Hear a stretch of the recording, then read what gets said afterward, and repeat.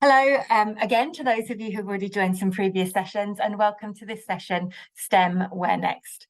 We'll be discussing the current position of STEM subjects in schools and how we can ensure these subjects are accessible and engaging to all.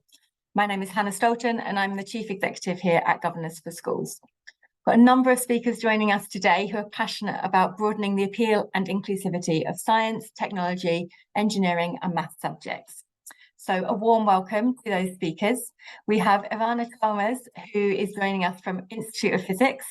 Thank you ever so much, Ivana, for stepping in because her colleague was poorly today. So we're really pleased to have you here. And the Institute of Physics is sponsoring our conference. So thanks also for that. We have Jess Bates from Atkins Realis, a partner organisation for us here at Governors for Schools. They support their employees to become governors and trustees. We have Paul Seppel, who is from the Ogden Trust, and we have Laura Huang from She Can Engineer. So really delighted to have you all here with us today. And I thought it would be a good way to start by letting you introduce yourselves and your organisations. So Ivana, can I pass over to you first to hear about Institute of Physics? Of course. Thank you very much, Hannah. Delighted to be here. And unfortunately, my colleague wasn't well enough, but I get the opportunity to be with you here today, and that's fantastic and exciting. So just a little bit about myself. So I'm the manager for skills at the Institute of Physics, which is focused on dovetailing with our work on supporting teachers and the challenges they face, but also through our Limitless campaign, supporting the students to pursue their passions and skills rather than being disadvantaged necessarily by stereotypes and pressures and expectations from those around them. We really believe that everyone, no matter their background, should have the opportunity of a high quality physics education. And we really want to nurture the pipeline of people with the skills and talent that physics powered businesses and sectors need to thrive. And we do this in lots of ways, from conversations with governments and educational institutions, but more importantly, with conversations like today and exchanges like today, where there are really important, powerful places that can help shape a young person's opportunities. And of course, governors are right in the center of all of that. And we are really, really passionate about whole school equity plans and the way that they can unlock those opportunities for young people. So thank you for welcoming me and look forward to the discussion. Thank you, Ivana. Can I pass across to you, Laura? You're top right for me. Hi, I'm Laura Huang. I kind of wear a couple of hats, I guess. So I'm here today representing She Can Engineer, who are a charity, a newly formed charity, even though we've been around since around 2015. And we are a group of engineers or those working in the engineering industries who come together to promote and celebrate diversity within engineering. And our ultimate goal is really to close the gender gap in engineering. Myself, I am an engineer, I'm a chartered engineer. I worked in the aerospace industry for nearly 12 years, and then I moved into sustainability. And I'm really, really passionate about diversity, inclusion, equity, and belonging in engineering and STEM subjects. And thank you very much for having me here today. Thank you, Laura. That's great to hear. I'll pass to Paul now. Thank you, Hannah, so much. Thank you all for taking the time. So my name's Paul Seppel. I am a programme manager for the partnership programme within the Ogden Trust. So the Ogden Trust is an educational charity established in 1999 by the Ogden family, particularly by Sir Peter Ogden. And our mission statement is a very simple one: to enable more young people, and particularly young people from underrepresented and less advantaged backgrounds, to be able to thrive with physics, to enjoy it, and to pursue it up to and beyond GCSE, so at A level, at university, and also through vocational pathways. So we have there's kind of three prongs to our strategic approach to this challenge, if you like, to this mission. And in terms of the sort of the staffing and the investment we make, our school partnership programme is the largest one. This provides a vehicle whereby schools within communities can come together and collaborate to, you know, identify what the barriers to engagement with physics are for themselves, for their pupils, and develop their own solutions. We're all very passionate about empowering teachers to in turn be able to power the young people they work with. So teacher development is another major part of what we do, both through the partnership programme and also through our more sort of open access, CPD opportunities. And then we also have an opportunities for all strand, whereby we support individuals working, for example, in universities. So we have an outreach officer programme, people whose either complete role or part of their role is to link between physics departments and the schools within their communities. And we also have a body of work with physics-rich employers as well, particularly within the coastal energy sector. So we have internships that are available for sixth formers. Currently, that's limited to the sort of northeast of England, but we're hoping that might become bigger at one point in our future. Thanks so much, Paul, and we really must come back to signposting some of those resources. That would be great to hear. Jess, over to you. Hi everyone, good afternoon. So my name is Jess Bates. I have two roles within Atkins Realis. So first and foremost, I'm the Network Rail Client Account Director for England and Wales. So I own all of our business relationships with the Network Rail regional businesses.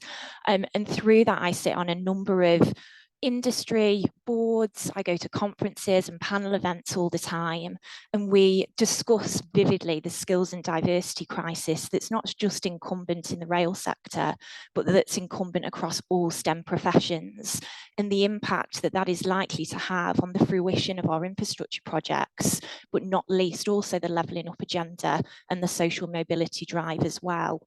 So through all of those conversations, I also have a UK role for our business, driving our STEM Governors for Schools strategic partnership with the Governors for Schools charity. And through that piece of work with Hannah and the team, we've been carving out a piece of thought leadership as to creating a line of sight between government and education policy, education settings themselves, and the links then into industry. Part of the uniqueness of our thought leadership is around instilling that role of STEM governance on every school board, but particularly ensuring that we're trying to make maximum impact to bring through the likes of females and support the gender imbalance in engineering, to work with schools in areas of deprivation where we know ethnic minority societies envelope those school postcodes, and we can go in and raise whole aspirations of local communities. Working with SEND settings, so special educational needs and disabilities schools and trusts, to work to reduce that disability unemployment gap, but particularly recognising that the creativity of the likes of neurodiverse and autistic young people can really bring through that diversity of thought and skills and talent to our industry, which are sorely needed. And finally, we wrap all of that philosophy up in working across all of the education phases. So from placing STEM governors in infant and primary schools, through secondary education and on to post-16 too. The critical piece, and we'll go into detail about this today through the conversation, is that we don't just enable our STEM governors to strategically appraise that STEM curriculum and colour the awareness of leadership boards and teacher understanding, but we link in operationally our very vibrant STEM ambassador community to enable a sustained programme of ongoing classroom enrichment within STEM careers. And the reason that we can do this is because that's at our heart, Atkins Realis, our philosophy is around engineering a better future for our planet and our people. And we do that by designing, building, financing and maintaining the world's infrastructure.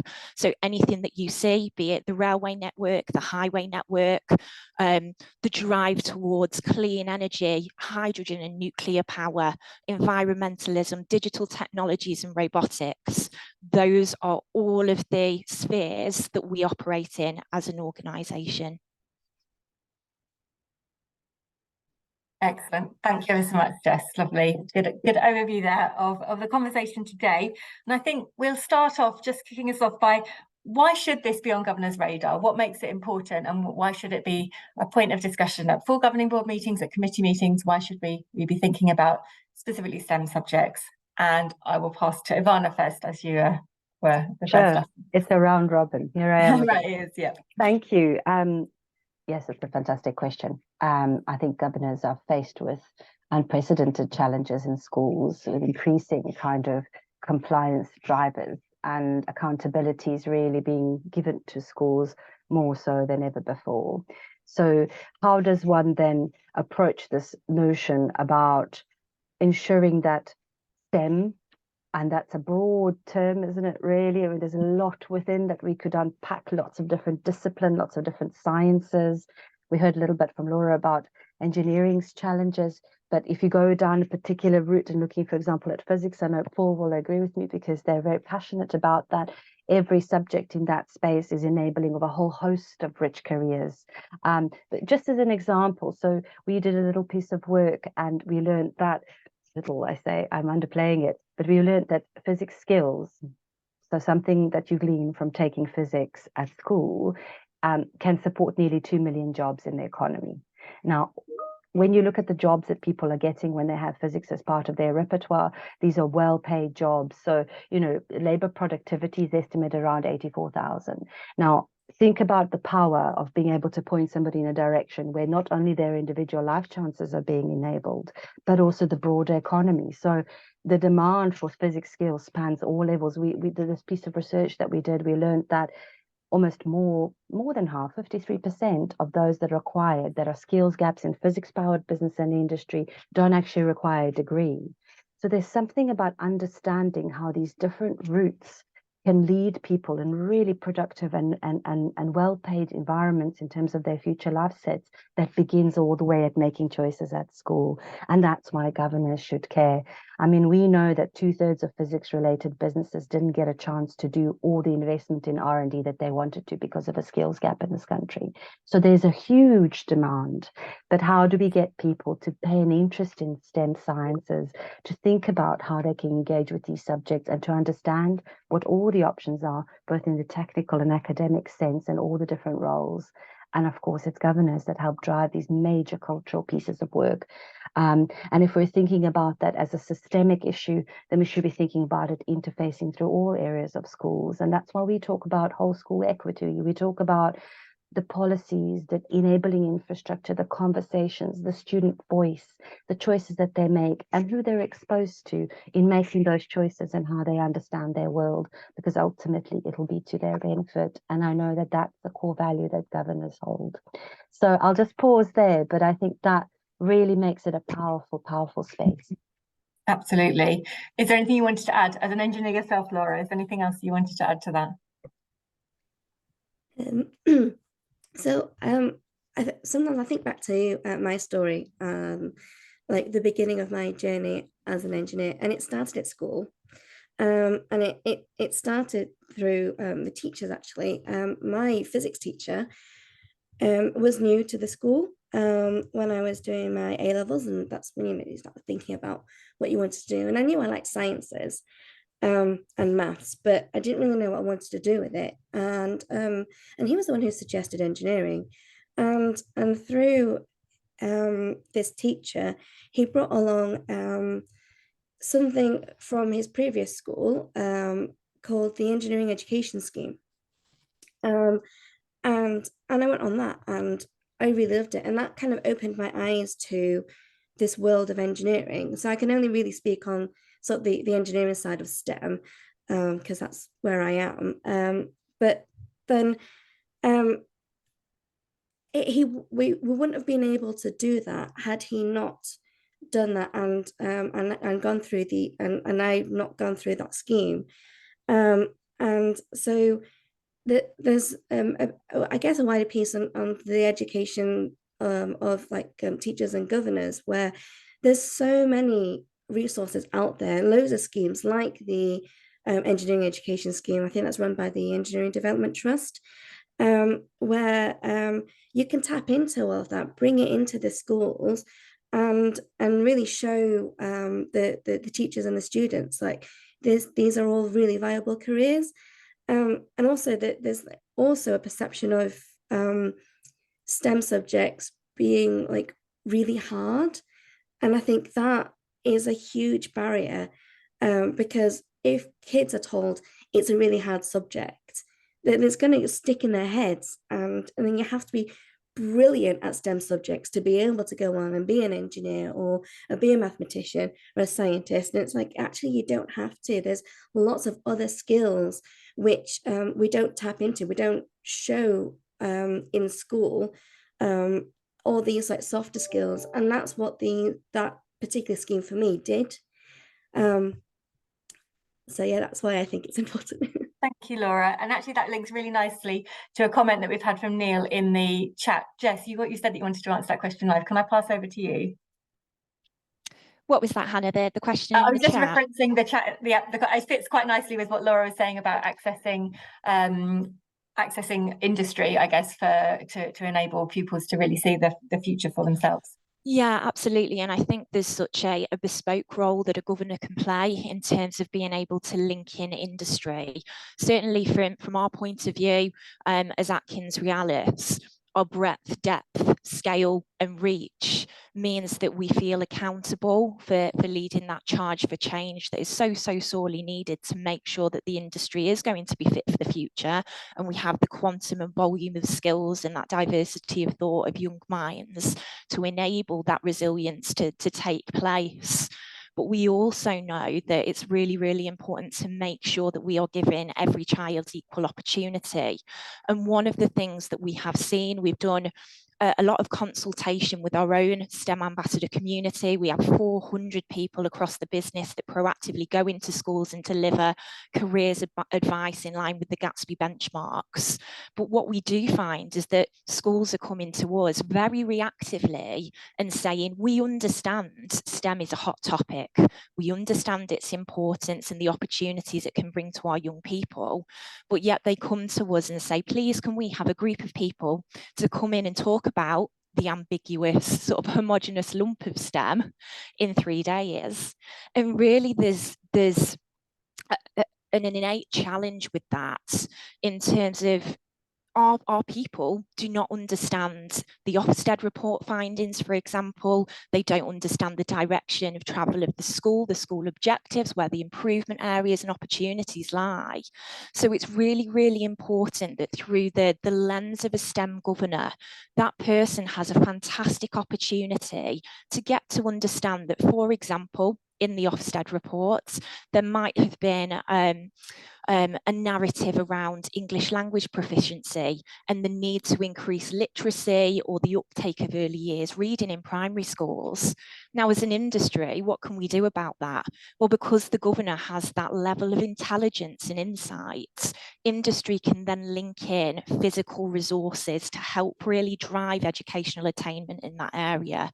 And an example would be, we as an organisation have co-authored a range of colourful STEM books for young people from the age of 4 to 7 that not only start to introduce that concept of what on earth is STEM, but what could those careers be, as well as encouraging that enjoyment of reading.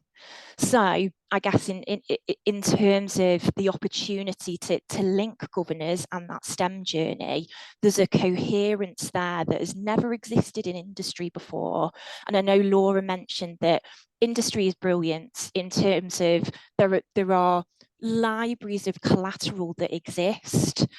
We're very mature in that way, but in terms of that scattergun approach to creating school relationships, the role of governor can really go to facilitate that long-term engagement.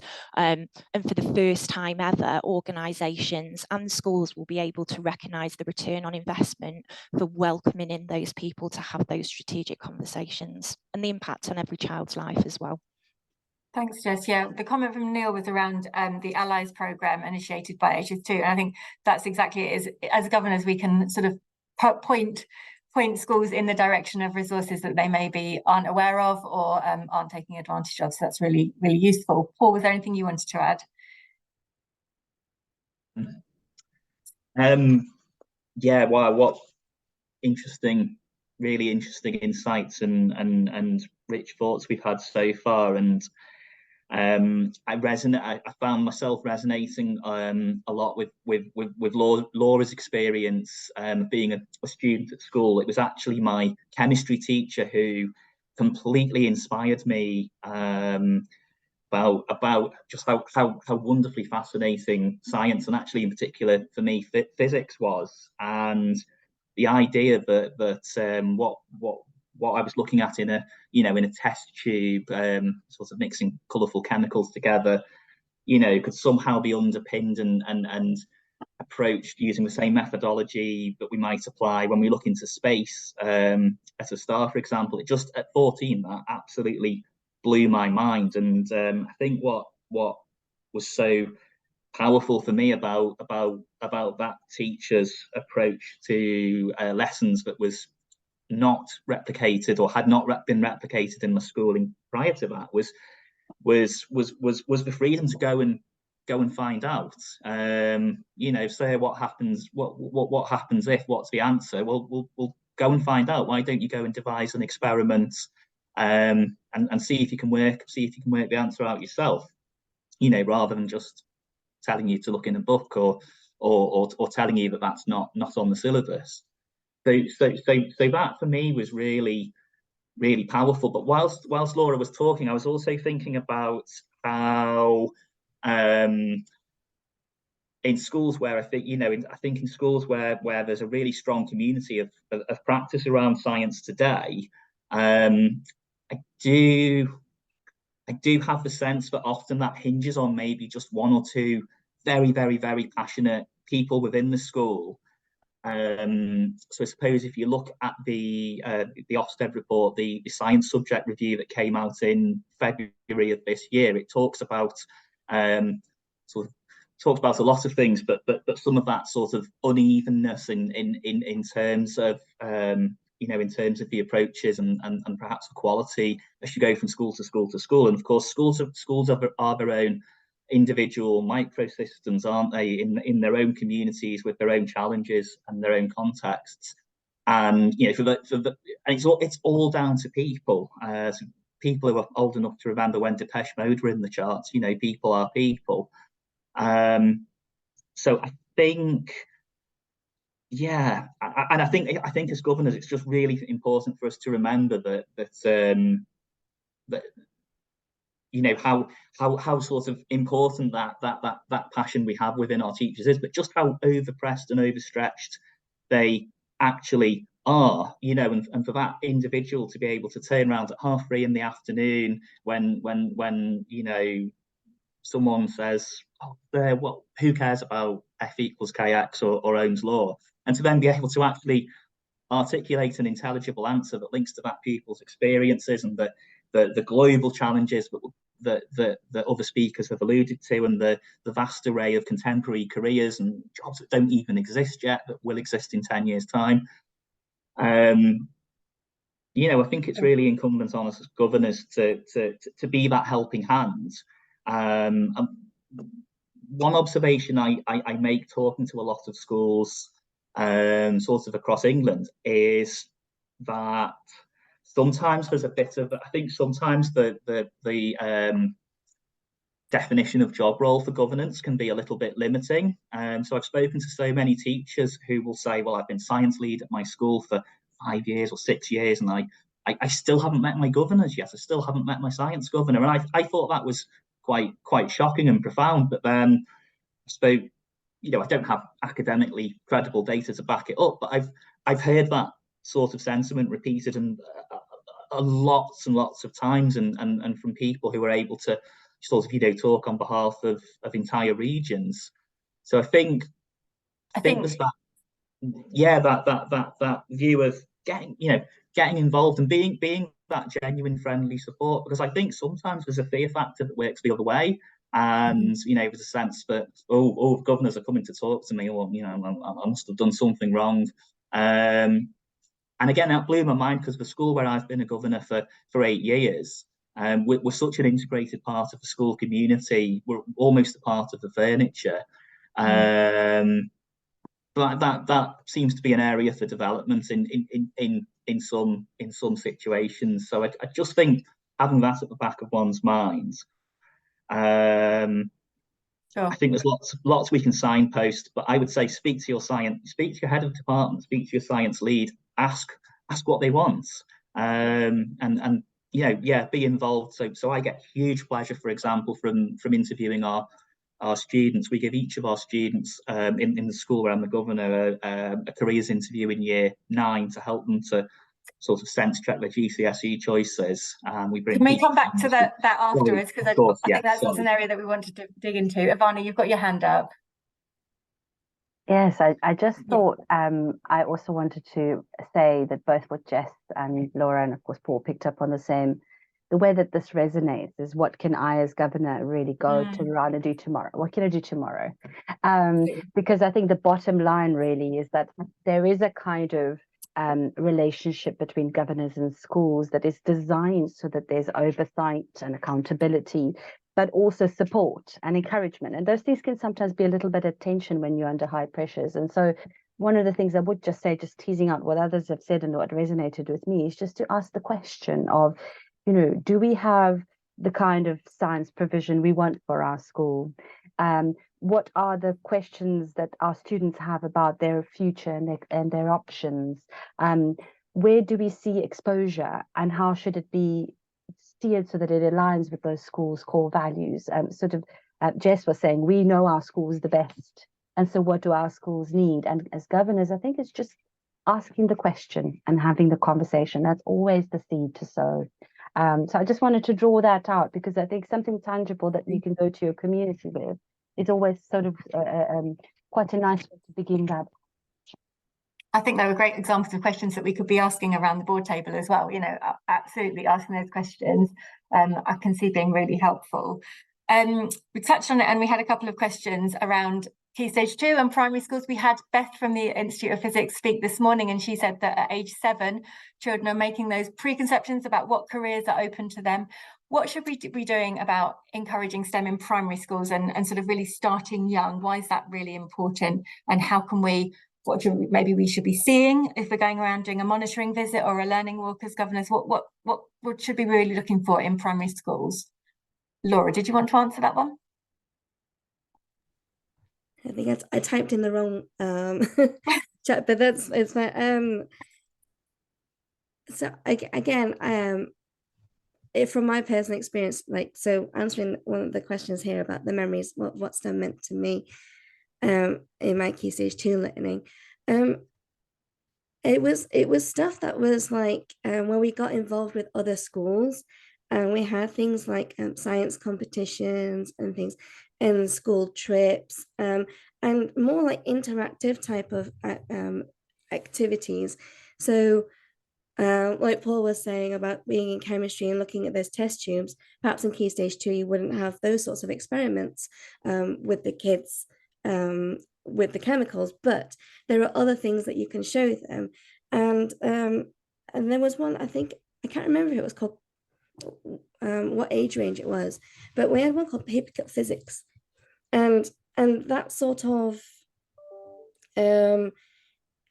initiative where you're showing the students that STEM is in everything around them, and you can explain those perhaps more complex sort of ideas within science using really simple household objects.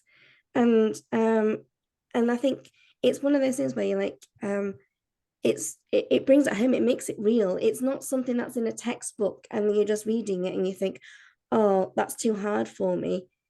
It's all about making it a little bit more accessible and showing them actually like everything that they interact with, everything that they touch, science is involved. Thank you. Jess, you've got your hand up. So I think it's really, really important that we're looking to the future here, because STEM skills as we know them, science, technology, engineering, maths, there are lots of cross-cutting themes and jobs that we can't even diagnose yet. So be it in the area of coding, AI, AR, robotics, the drive towards the sustainability agenda and thinking around the green roles of the future. How is nuclear going to play a part in that? How is hydrogen going to play a part in that? You know, these are all inspiring, innovative conversations that we're currently having in industry, that these young children that are the age of 4, 5, 6 now, they are going to live and breathe and colour those roles in 10, 15 years. So for me, there's a real opportunity here for us to be going into primary schools and bringing those conversations to the classroom. And I'll give you an example of the kinds of strategic partnerships and free resources that are available to primary schools. One of those was actually talked about on the BBC News only the other morning, and there's a brilliant resource called Microbits, and it's a free mini computer that teaches young children how to code, and it comes with lots and lots of lesson plans that can be plugged and played into the curriculum. So there's that continuation and that consistency of narrative and classroom conversations that happen, rather than this just being a bolt-on.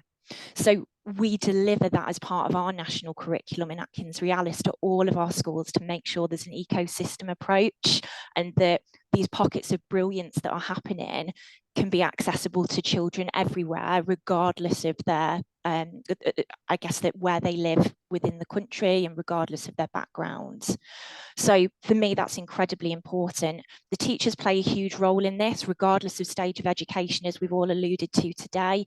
There are a lot of teachers that I work with and careers and curriculum leads across, we've got 70 now STEM governors across the Atkins Realis business. So we're starting to cross-pollinate lots of themes and trends that are coming out of the education system. And what's being portrayed to me is that while some careers leads have a fantastic understanding of industry, others aren't quite so far along that journey, and that's okay.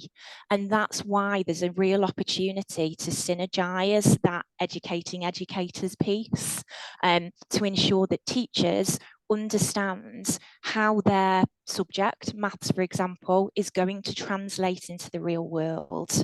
And given those teachers may not have necessarily stepped out of that teaching profession previously, it's really important for industry to hold their hand through that learning process. Thanks, Jess. We've got a few comments in the chat about different organisations that you can tap into for resources and point your schools to. So we'll absolutely share those at the end as well when we send out the information. Is there any organisations that you would like to flag amongst the panel that we haven't already mentioned? Any sort of resources that people should be tapping into?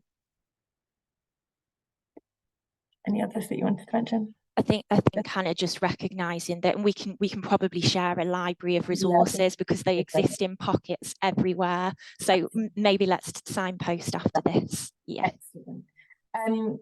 Miriam has asked about reluctance to encourage STEM subjects in primary schools.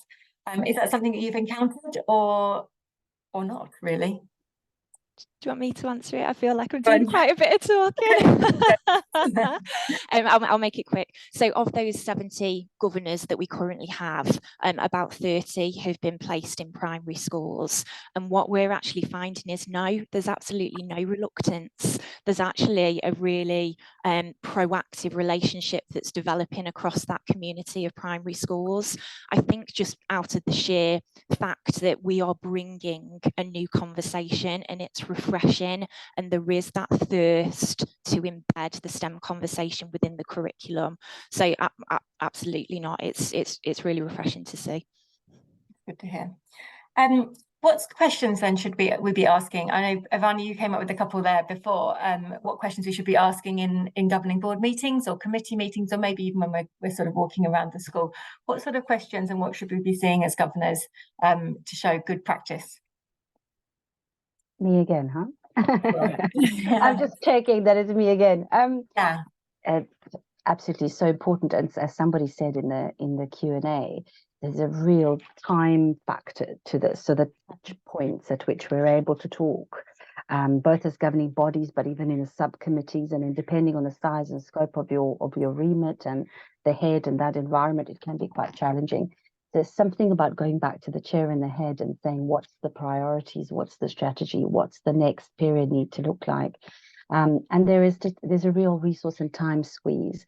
But I think fundamentally there's something around being able to go back to the values of your school and saying, how are we enabling this? Now, I can guarantee that the values of most schools, or the core principles or the beliefs that are held at the center of every school, are about the well-being and the development of those children. So the question, I guess, is, do we understand what our children's perspectives might be? Here's an example. 1 in 3 children, UCAS did a study, the university's careers advisory service, who process all the applications once students are looking at options when they're slightly older beyond primary school. But they did a big study as part of their Journey to a Million campaign, because they're anticipating that 1 million people will be applying for higher education spaces very, very soon, I think in the next 5 to 10 years. And there won't be space for everybody. And so what career options and what educational options do we have? And as part of that study, they surveyed across and found that about 1 in 3 students thinks about higher education in primary school. Higher education is just one option one might have down the line. So one of the questions I have is, how do we open up the world for our students? How do we expose them? These ideas of going to see how science works in real life, that little kernel of inspiration and aspiration comes from exposure. And so maybe the question is, what kind of exposures can we give our students? Now, governing bodies are a phenomenal source of knowledge, expertise, and networks. And so are the parents. And most parents are quite willing to offer something into that community. So maybe it's about just doing a bit of an audit about what do we have and what can we expose our children to, and what could that look like that could tell a bit of a story. And Jess talked about the real move towards partnership between schools. And there's something in that space around what's around us. How can we leverage this? Most local areas will have a business board, a chamber of commerce, a local skills improvement plan, which will have its own objectives of opening up the education space. So it's a little bit about who do we have relationships with, where can we leverage some resources that are sort of regionally available to us and our students. So lots of questions, very little time, but I think something around thinking about who do we have, what assets have we got at our exposure that we can expose our students to. And I'm thinking particularly if you're talking at governance of high schools, there's a whole other world around careers provision where one could be asking all sorts of questions. I mean, we know that in the same study of UCAS, that they're saying that about 1 in 5 students inadvertently closes a door to potential career choice just by not knowing enough about a subject. So again, how are we exposing students to what's out there? So it's one question, and I know that you might be familiar with the provider access legislation, which is this new drive to get people to have specific exposures to technical routes and technical pathways and options, and that might come up a little later. But I think there's a real kind of what is the exposure that our students need, and what's that breadth, and can we leverage it from the communities we have at hand? Lovely, thank you very much, Ivana. Paul, did you want to come in?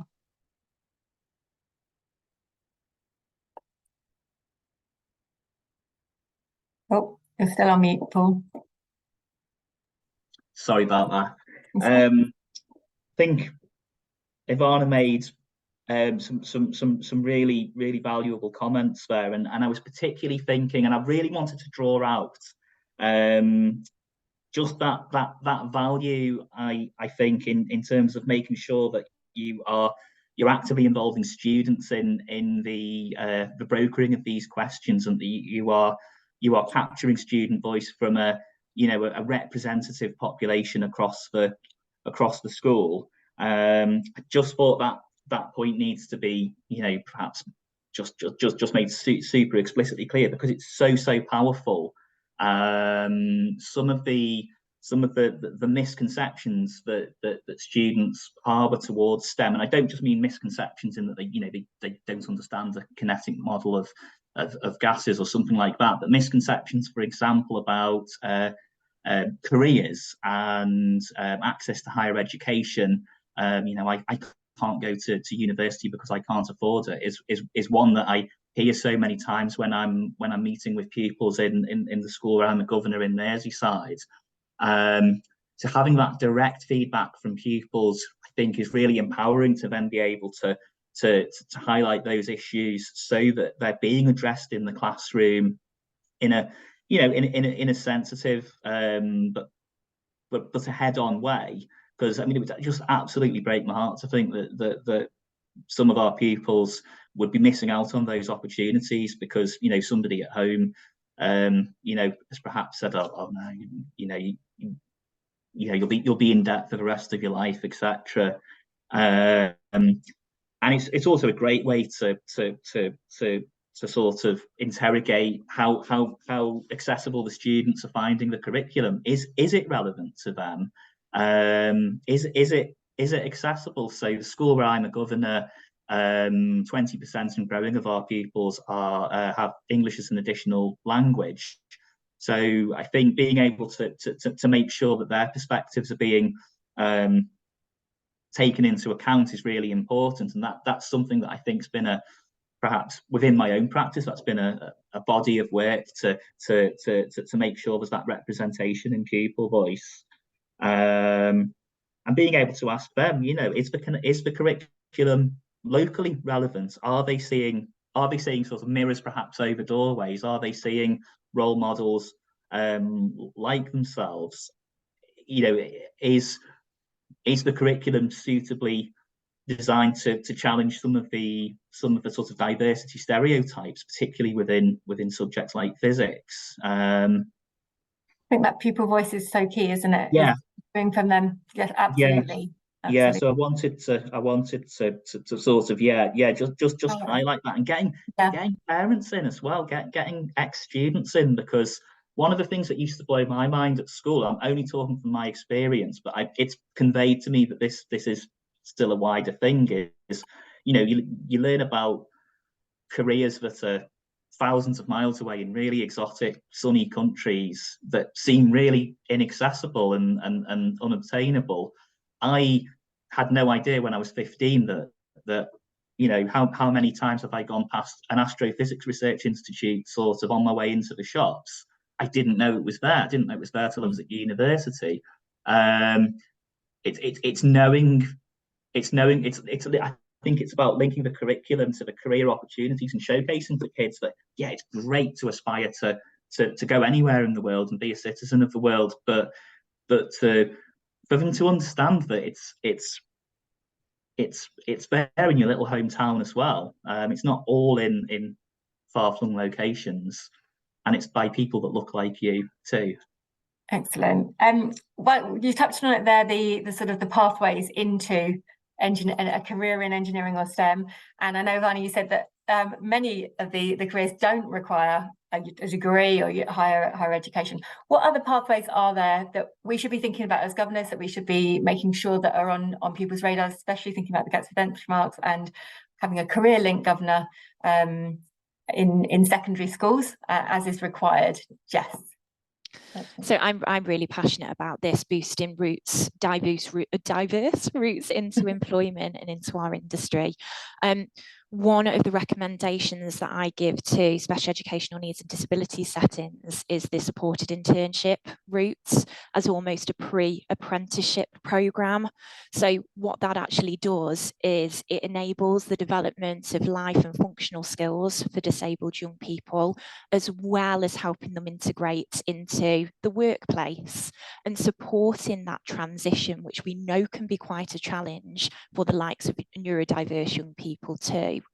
What it does also help build is that awareness within the workplace of disability and that allyship around disability too, by having these young people who are quite clearly, you know, visible role models for the disabled community. So it's really, really important that we open the doors for organisations offering that route into business.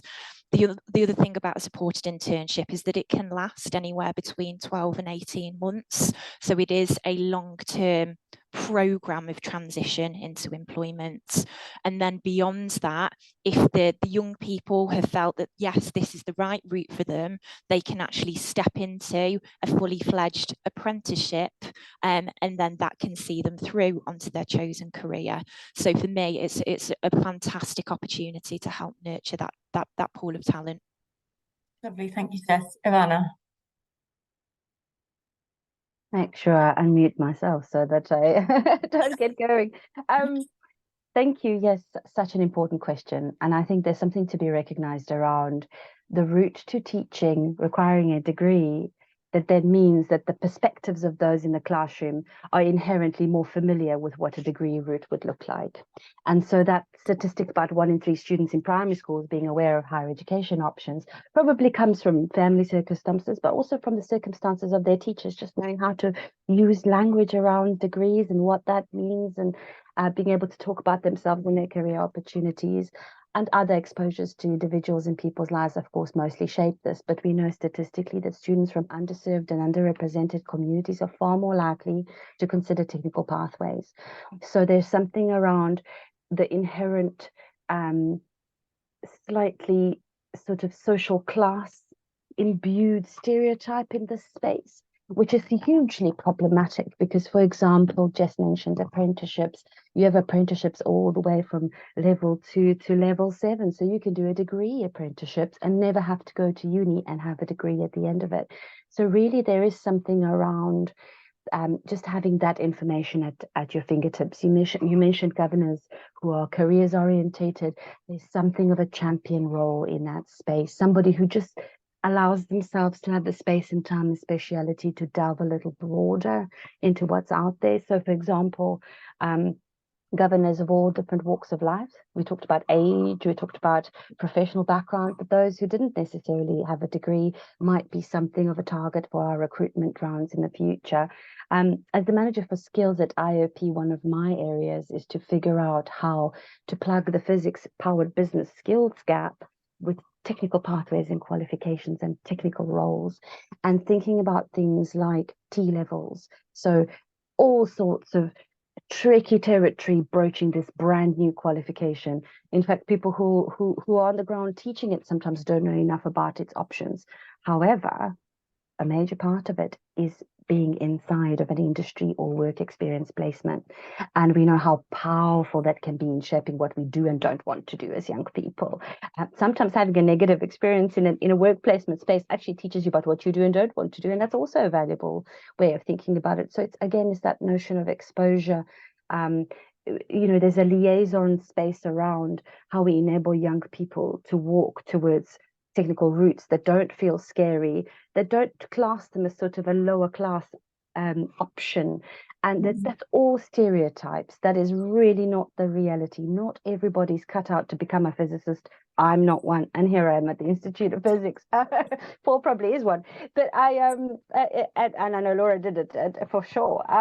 But there's something around understanding the value. Why are we satisfied to get a B in geography or in English, but not a B in physics? There's something of stereotyping influencing there. So I'll close my point just by saying that there are pros and cons of all routes, academically pure and technical, but one must be able to have the full complement in order to be able to make an informed decision. And governors enable this by just looking at what the school is able to expose and offer to their students. I mentioned before about the UCAS research.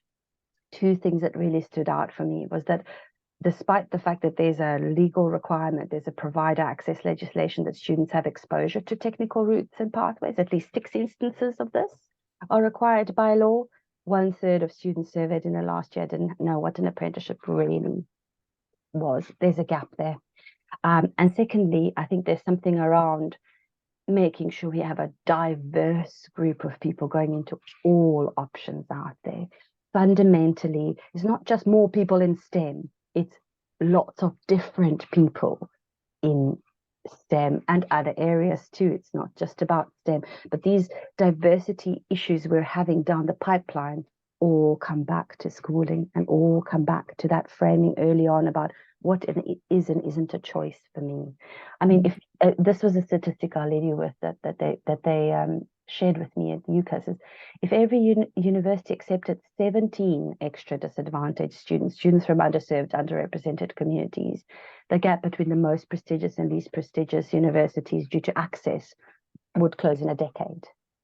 So there's some systemic solutions that are powerfully triggered in the school space, but that if, 17 per uni, we've got 150, 200 of them in, how do we just get these kids to have those opportunities to fundamentally change the entire school ecosystem? Excellent, thank you. Yeah, really, really interesting. I think that is absolutely what we're about, is diversifying the people around the board table, and actually having people who maybe haven't come through a uni route gives you that breadth of perspective, and so that questioning about, well, what our options are available for our pupils, and how can we make sure that they live successful lives in their work careers. Laura, you've requested to answer a question around the influence your parents have on your career choice, or whether you had any other relatives or friends take a science route. Just to reflect back on the previous conversation that's been happening, I think that core the core idea, I guess, the messaging out of all of that is something that Ivana said at the beginning, and it was like recognizing students' voices. So everyone learns differently, and so an academic route might not be the best way for someone to learn if they prefer more like hands-on, or by learning by seeing things, and that's sort of, and I didn't have that when I was at school. I was very much pushed towards higher education, and that's kind of, on reflection, I don't know whether, I mean, I am here today as a chartered engineer, and I don't regret any of my my career path, but I wonder if I had those options to make that informed decision, whether going to university would be the one that I picked. I don't know, because I can't do that all again. But to the question about the influencing, the influence of your parents. So again, I'm going to talk about myself, because I love talking about myself. My parents actually didn't want me to go to university. They didn't want me to study. They definitely didn't want me to do engineering. And that was to do with the perception of it all. They thought that it wasn't for me. It wasn't for girls. And what would I do if, thinking about what they wanted for me was to get married quickly and have children. I knew inside me that that's not necessarily what I wanted. I think I'd like it in the future, but actually I wanted to study, and I wanted to do something like engineering. I actually had quite a hard time showing them and changing that perception. And it wasn't until actually that I took my mom to an air show, and she spent the whole day in the STEM zone. So normally we put that on for children, we put it on for students and kids, and she spent all day there, and she went through all of the stalls, did all the experiments, put on the VR headset, and did all the practical stuff, building things, and she went, "This is incredible. Okay, I understand why you like it so much." And so it's really important not just to target the outreach that we do, to the students, but yeah, the parents and the teachers, the governors, and then through that actually, so I was the first one in the family really to do something like engineering, and the rest kind of followed. So my cousins afterwards, I thought, oh, actually, I think we'd like to go to uni or do something and go through sort of like STEM career paths. So I kind of like set a trend. Poster girl, brilliant, for engineering. Excellent. Thank you very much.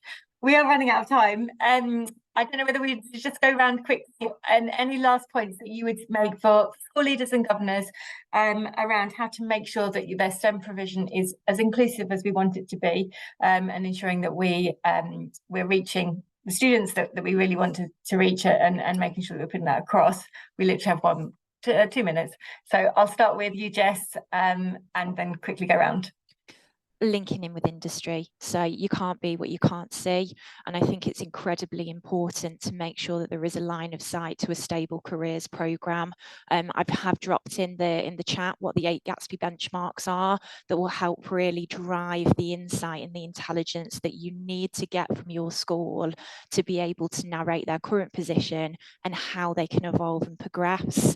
And then the cross-cutting conversation of STEM can be woven into that careers conversation. So yeah, you can't be what you can't see, and we're all responsible for making sure that we have a school system and a governance system that reflects the diversity of society. Thanks, Jess. Paul? So yeah, I think for me,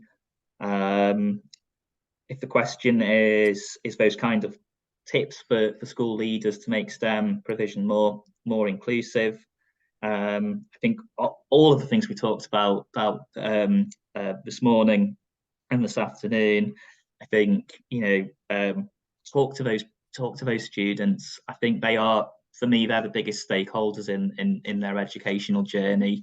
They're passionately interested in their futures. I know this from the discussions that I have with them, and they are very forthcoming with their experiences, and that can be so empowering to be able to take that back to school leadership.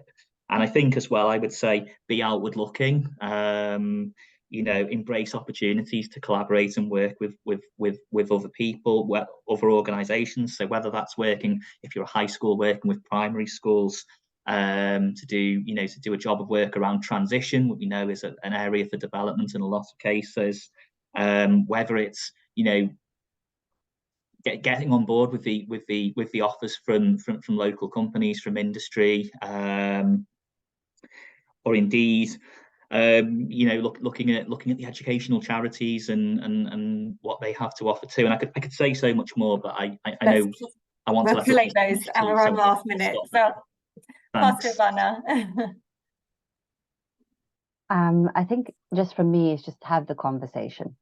Have the conversation with your chair, with your science lead. Have the conversation with your colleague on the governing body. Have the conversation with the parent that you interact. Have the conversation with the student.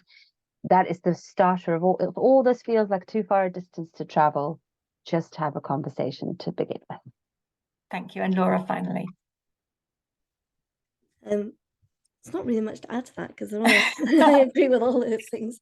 Go forth and spread the word. Yeah, I think just going back to something I said, I think at the beginning, is that perception of the fact that people think that STEM subjects are really hard and really technical, and you've got to be really good at it to become a STEM professional, and really it's not about being absolutely fantastic at this STEM subjects. It's about doing what you love, and so I think that's like the key message that you, as governors, as teachers, and as parents, go to the students. Actually, if it's what you love to do, if you're passionate about it, doesn't matter if you don't have A stars or whatever I can't remember what the grading is now in maths and science and things.